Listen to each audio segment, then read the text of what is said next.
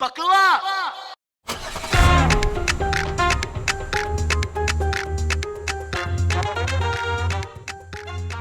Hi everyone, welcome to Buckle Up Podcast. I'm Natalia Earl and I'm a certified business and life coach that loves talking to people. I'm fascinated by humans and how our brain works.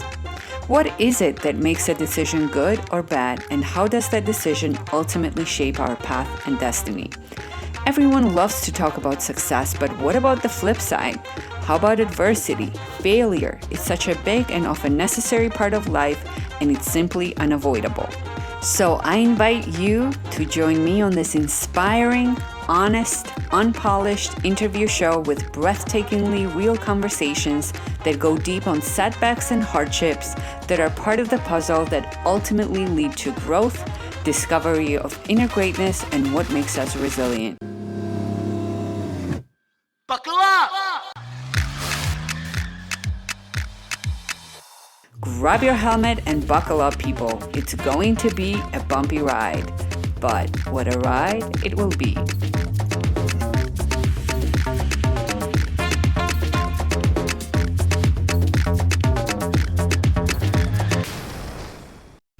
Today's guest, Brandi Townsend, was born and raised in North Carolina. Her passion for making people feel beautiful inspired her career, and she's been in the beauty industry for the past 10 years. Brandi struggled with weight her whole life, but the last 3 years she's been on her healthy journey. Today, she shares how she lost 175 pounds so far and finally made it to a weight she had only dreamed of. As Brandi continues her better health lifestyle, she hopes to help others on their weight loss journey too. So born and raised in North Carolina, and then I started my business in the beauty industry. I did start at 18 and I opened my business then. So I've been in that for 10 years. And then my weight loss journey, I've been overweight my entire life. So it's definitely been a struggle. So I had my weight loss surgery 3 years ago and I've lost the 175 pounds. So I've trying to been influence like people on Instagram that struggle with the same thing as well. I've always felt like I've always like dieted and went towards salads and stuff like that to try and lose the weight on my own. But I always struggled with just losing a massive amount of weight because it would be like 1 pound every week. And it was so discouraging to just eat like greens and like salads and stuff and not lose any weight. So then I made that decision to get help with my mom, supporting me. She helped me make that decision to get weight loss surgery because I think my decision on that was because I had a lot of family members that had health issues or heart problems or diabetes and things like that. And I didn't want my weight to contribute to something like that. So I made that decision to get it 3 years ago while I was younger, while I didn't have health issues or anything. And I just got it kind of as a tool to help me. It was definitely a mental change as well, because so the first, I think it was 4 weeks prior to surgery, it was liquids only. And then you had surgery and then you still had to be on liquids for, I think it was additional 2 to 6 weeks, something like that. I think it was 2 weeks after surgery, still been on the liquids. So it was basically liquids. I lost 30 or 40 pounds in that time frame. And then learning how to like chew my food slowly, not drink when I eat, that kind of stuff. Because I do still have a stomach because I had the vertical sleeve surgery. So you still have a stomach, but they remove 90% of your stomach. So it's small. So you can't intake as much. And they do like psychology classes prior to surgery to make sure you're mentally like ready. And they tell you what's going to happen after surgery and kind of how you need to treat food as, how did they explain it to me? To eat only when you're hungry, not just like eating just because you're eating. Right. How long did it take you, to lose that 175 pounds after the surgery? So the first initial year was 150 pounds. So a year and just a couple months, and then I've been pretty stagnant since. I haven't lost any weight in probably a couple of years. I've been just kind of plateaued at where I'm at right now. Yeah. So the first initial year for sure. Okay. Lost all of it. Yeah. But that's awesome that you're not gaining anything and you're, you Yeah. can maintain.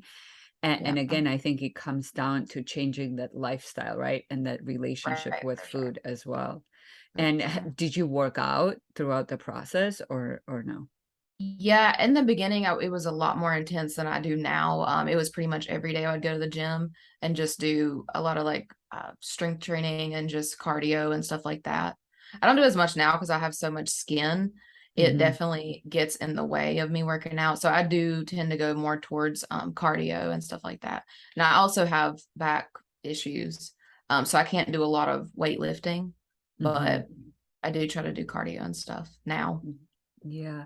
And that was going to be my next question. So what happens like with the skin, because as we lose weight, the skin. I hate the skin is the worst part. I tell everybody, I'm like, that is literally the worst part of skin. I mean, losing weight is having all this excess skin and it's just in your way when you're running. The only thing is getting it removed surgically. Mhm, So I did kind of get a consultation with a plastic surgeon to get an estimate and stuff, but doing the full skin removal on pretty much mhm. every part of my body. Yeah. Will do it. And do you see the difference, like how people treated you before and how people treat you Yes. now?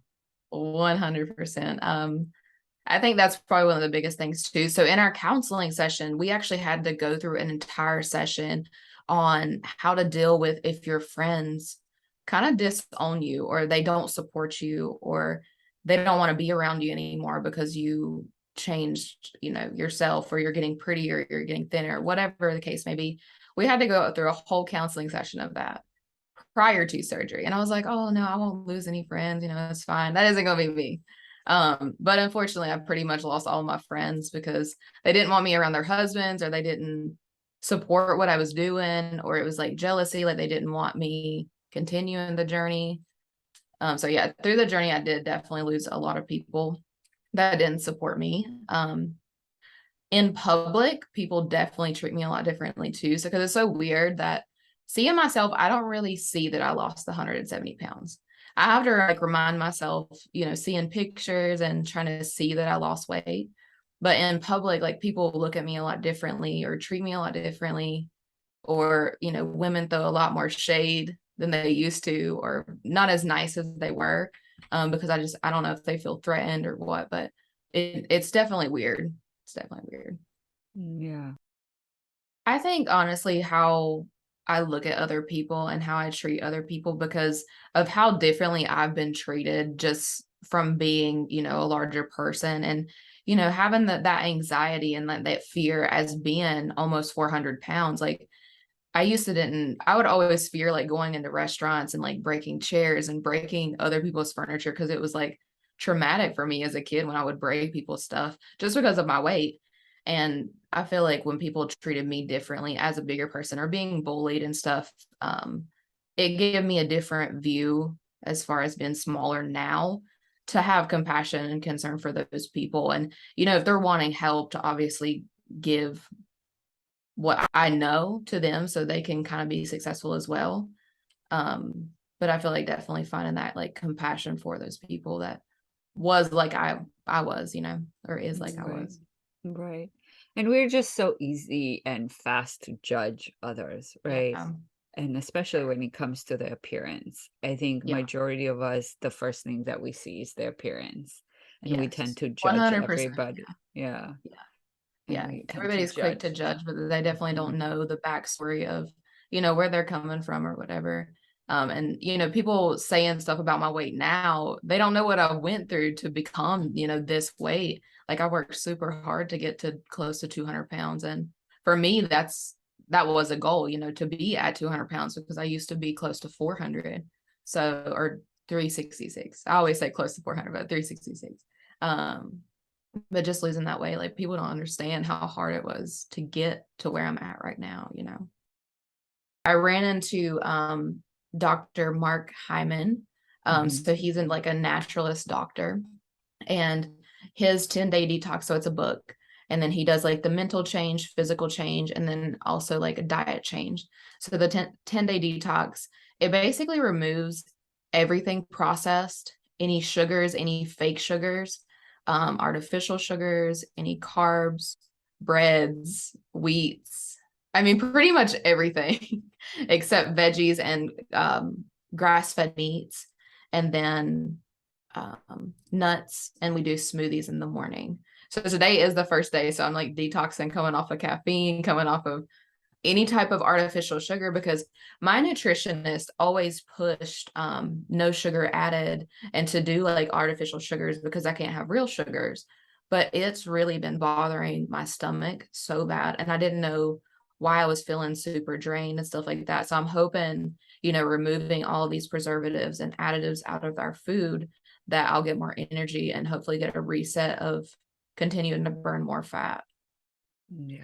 Yeah. I think sugar is the killer. For sure.